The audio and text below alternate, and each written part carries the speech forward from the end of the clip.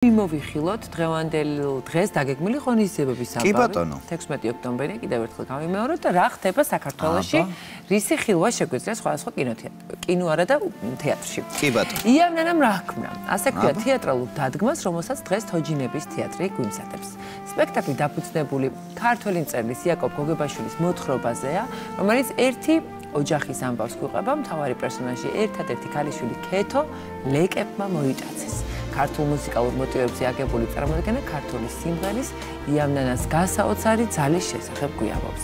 სპექტაკლი დღეს 14 საათზე დაიწყება. ასევე გორის თეატრით დღეს 18 საათზე იავნანამ რა ხმას გვთავაზობს და გადმოვინაცვლებთ ისევ ნატვრის თვალი.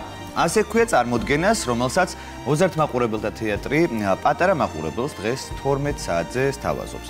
სპექტაკლს ზღაპარი ადამიანურ სიკეთესა და გულმოწყალებაზე გვიყვება, რომელიც ნატვრის თვალზე ძლიერიც კი აღმოჩნდება. აი ასე.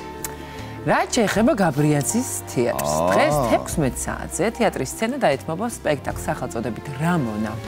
წარმოდგენა ორთქმავლის სიყვარულის ისტორიას გვიყვება შეყვარებულების შეხვედრაზე განშორების შემდეგ, მაგრამ როგორი იქნება ეს შეხვედრა და რა გარემოებებში მაყურებლისათვის სპექტაკლის უკანასკნელ წუთებამდე გამოცანად რჩება. ასე რომ ესეთი თავგადასავალი გელოდებათ გაბრიაძის თეატრში. ამ სპექტაკლისთვის ხმა უნდა დამედო, ერთ-ერთი სიმღერა უნდა შემესრულებინა და ვერ გავიარე კასტინგი, როგორც ჩანს. იცით არ მიყვარს კასტინგები. მაგრამ ძალიან საინტერესო იყო. მაგრამ არის კასტინგები, რომელიც ძალიან წარმატებულად გაიარე ჩემო არჩილას, რომ რაღაცა არსებობს. კი ბატონო, მადლობა. რაღაცა არსებობს, რომლის გამოც სხვა შეიძლება უფრო ინანოს.